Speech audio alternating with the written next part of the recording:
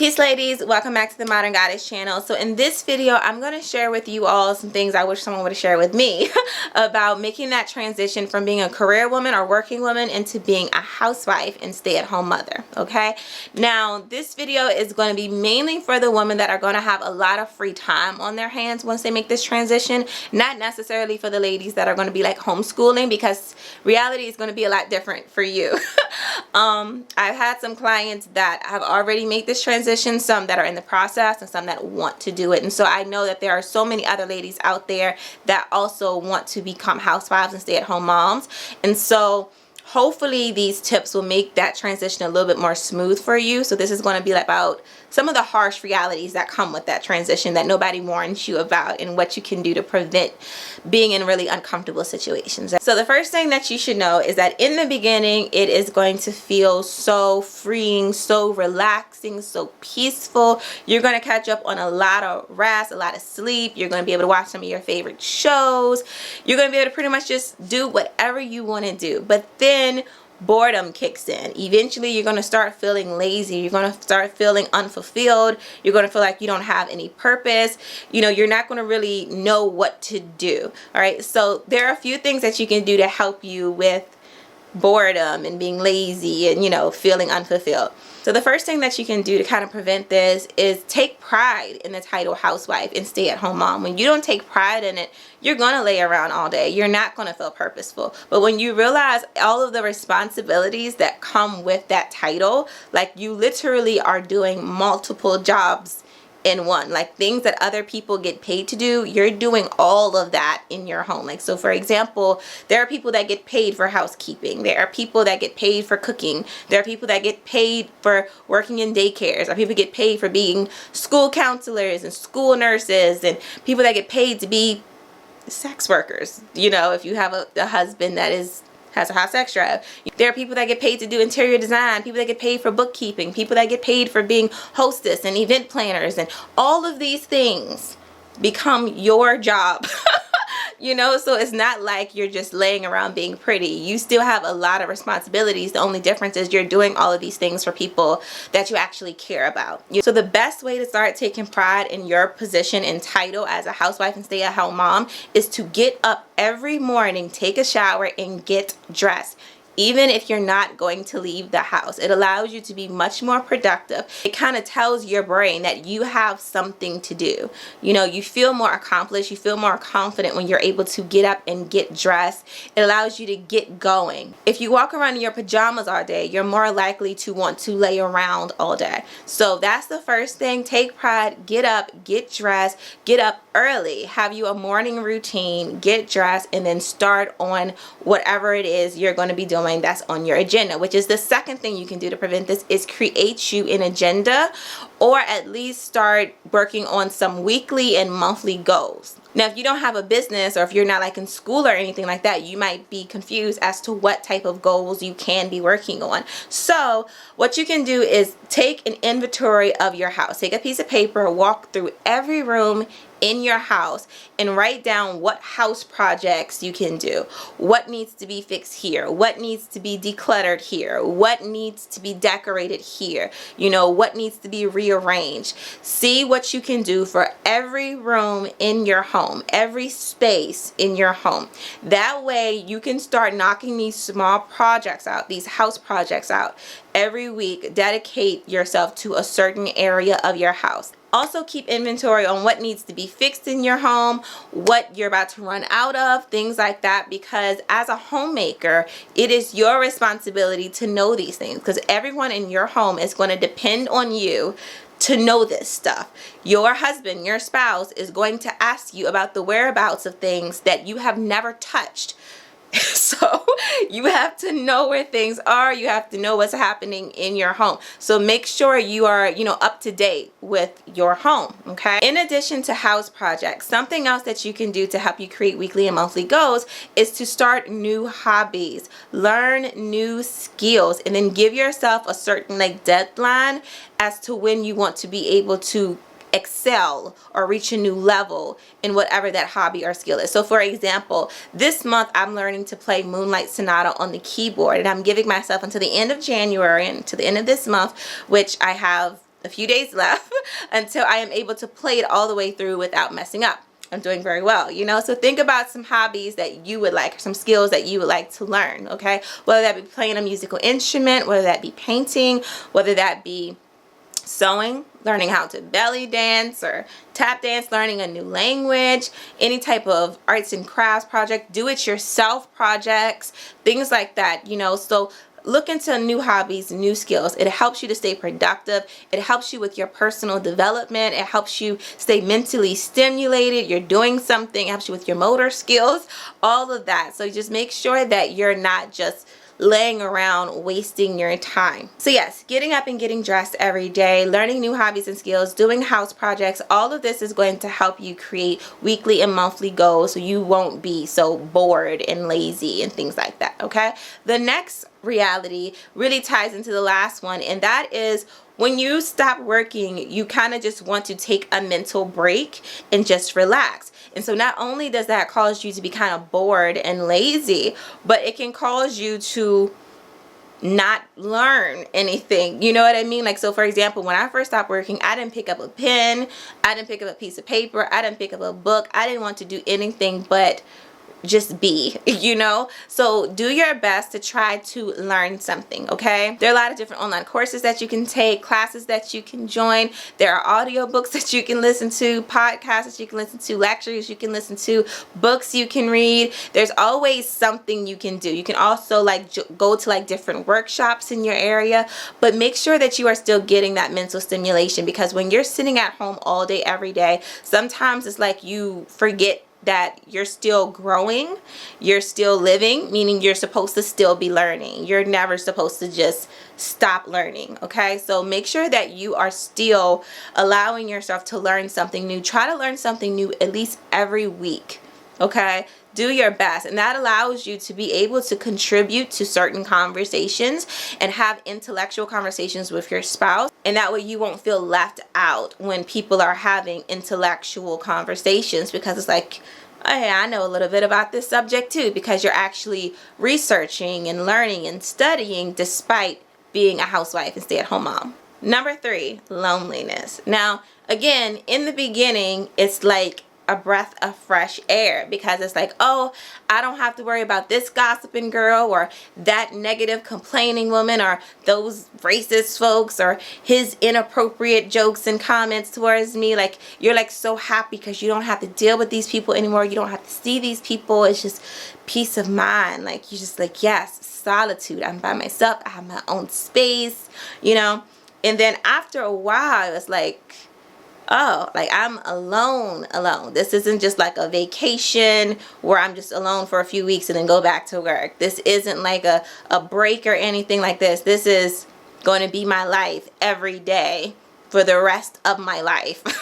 You know, so it's like you want to try to have that social interaction. We're not meant to be in isolation.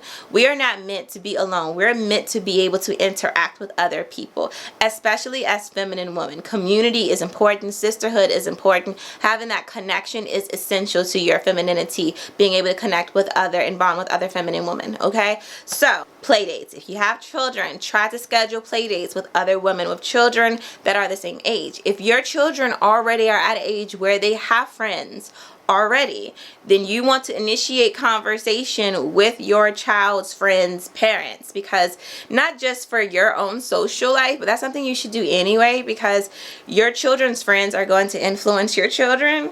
And so you want to meet the people that are influencing the children that are influencing your child. You know what I mean? So, but yes, it does help you also with your social life. If you're able to reach out to some of them and like spend some time together, hang out sometimes. I also encourage all of my ladies to visit meetup.com. If you can't find a group on that site that you enjoy, create your own group. I created my own group a few years ago and it was very successful. It was like over 800 women, and we would meet up like a couple of times a month.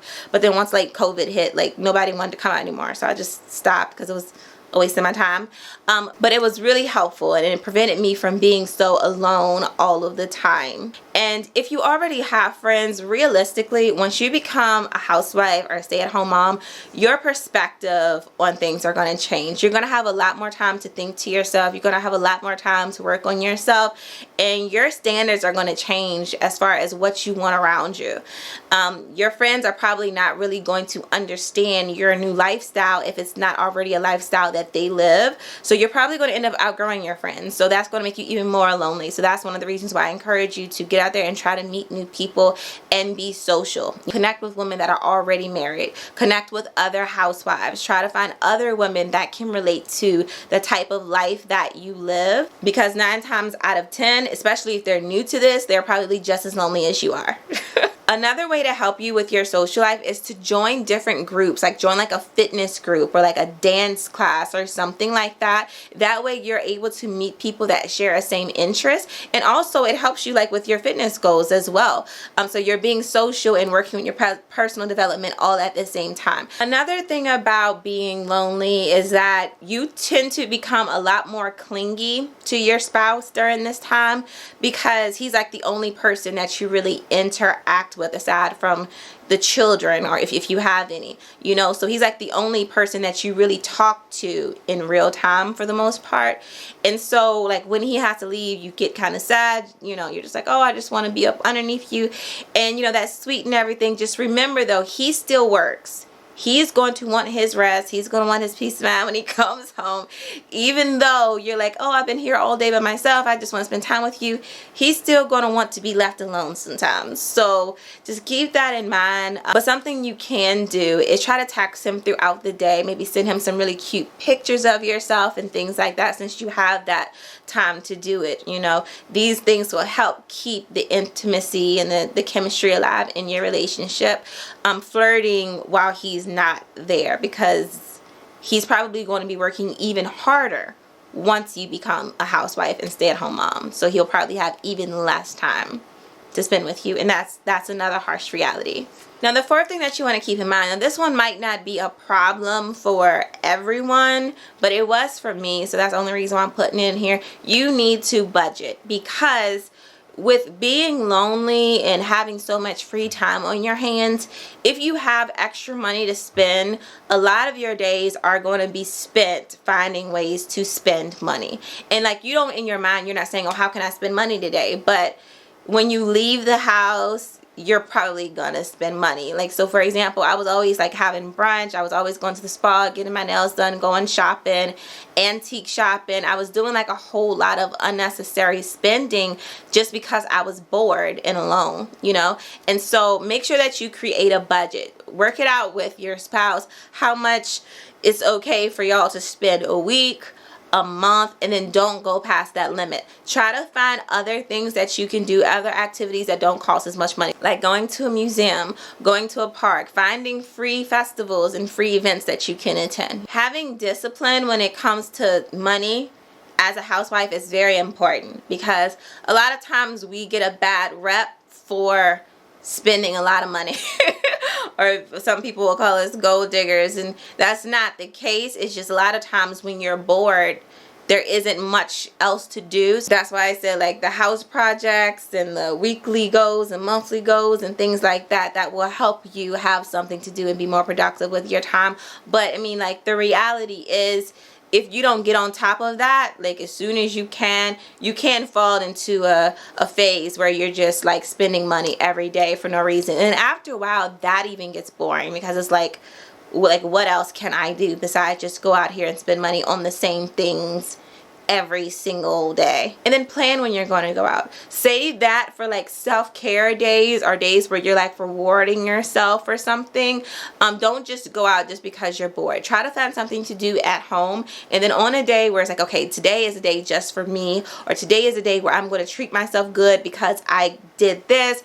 Those are days where you can go out and splurge, but try not to do that just because you're bored. Number 5, when you make that transition from being a working woman to being a stay-at-home mom, you're going to be expected to cook homemade meals a lot, Whereas when you're a working woman, you're probably more likely to order takeout more often because you're tired just like he's tired, and you know, things like that. Or you're used to like making the type of meals where you can just like toss in the oven and you don't have to like cook anything from scratch.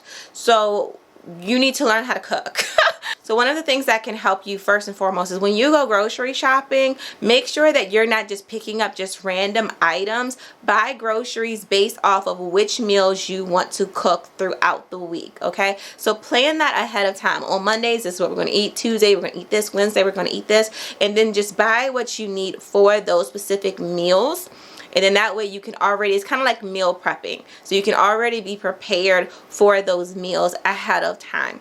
Pick a time of the day that you want to start cooking your meals every day. Each day, no, this is what I'm cooking. This is the time I'm going to start cooking it. It makes you feel more accomplished as a housewife and a stay-at-home mom when you got your things in order, when you know what you're doing. You got it all scheduled out and everything. When it's just like, oh, what we're eating for dinner tonight, you're like, oh, I don't know. I haven't planned anything, or, you know, I don't know what's in there. Like, you as a homemaker, it is part of your responsibility to make sure that you know what everybody is going to be eating that day. You are responsible for preparing the meals, unless for some reason your spouse wants to prepare a meal that day, you know. Number 6, this is a reality that a lot of ladies aren't really comfortable with hearing, but you need to make sure that you are taking care of your personal hygiene and things like that. You have extra time to take care of yourself, self-care. So there's really no excuse for anything to be off in your body unless you have like a medical condition that you need to go get checked out, you know. But when it comes to being a housewife, you're going to be expected to provide pleasure to your spouse, you know. When you were working and things like that, you know, there's an excuse. I'm tired, I got a headache, I've been on my feet all day, and, you know, things like that. When you're a housewife, stay-at-home mom, you still have a lot to do. You still have a lot of different responsibilities. You need to work on that time management and make sure that you are scheduling in breaks, naps, yes, doing what you need to do to take care of yourself. Self-care is key to having that life balance. But there really is no excuse for you to be like, oh, I can't do it tonight, because you haven't been working. You haven't been around a bunch of people that have been draining your energy all day. You haven't been driving back and forth all day. 9 times out of 10, you're mostly at home working on things that you choose to work on. And as long as you're managing your time correctly, you should be okay to please your husband, you know. So that is a realistic expectation. Again, a lot of ladies don't like to hear, but when you become a housewife, stay-at-home mom, you're going to be expected to give pleasure more than what you were doing previously. Okay, so make sure that you're taking the time to really take care of yourself, not just the hygiene aspect of it, but if you need to take libido enhancers, do it. Make sure you're eating plenty of fruits, raw cranberry juice. We talk about this all the time. Drink plenty of water, do your Kegels, all of that stuff. You be good, you be fine, you know. But, you know, that is just an expectation that you should be aware of. And the last one, number 7, is that at some point you're probably going to want to make your own money again. If you are the type of woman that you've never really enjoyed working ever, this one probably won't apply to you. But if you do have more of a go-getter type of mentality and you actually like the feeling of making your own money, not just out of survival, it just feels good to you to be able to make your own money, you're probably going to want to make your own money again, even if you're not struggling financially. So some of the things that you can do is ask your spouse in what ways you can be of assistance to him. See what you can do to contribute to the money that's already coming into the household, okay? If there isn't really anything that you can do, look into like some side hustle type of jobs or things that you can do to earn income without burning yourself out, without feeling like you are neglecting your role as a wife and a mother, okay? Make sure that you're not neglecting your responsibilities. Make sure that you're making your schedule with whatever it is you're going to be doing. Make sure you make that around everything else that you already have to do as a homemaker and things like that. So that way, like each day you might could put like 1 or 2 hours towards whatever it is you want to do to make your income, and the rest of the day is towards your home, it's towards your family, it's towards your spouse, it's towards your self-care. Okay, you shouldn't be spending a large amount of time on work and business as a housewife and stay-at-home mom. And honestly, depending on what it is you choose to do to make that income, it doesn't require you to spend more than a couple of hours a day on it, to be completely honest. If you really choose something that is simple, like for example, YouTube channels, books, workshops, online courses, teaching a class, selling your handmade products, online tutoring, blogging, proofreading for businesses, graphic design, virtual assistants. There's like literally so much you can do within a couple of hours to help you earn income as a feminine woman that doesn't require you to just be overwhelmed and stressed, you know? So really look into some of these different things, okay? So yeah, that's it. These are 7 things that you need to understand about this transition from being a working woman to being a housewife. There are going to be new expectations of you. There are going to be some times where you're going to be like lonely and bored, but hopefully this will help prevent you from getting in that space, all right? Peace and much love, ladies.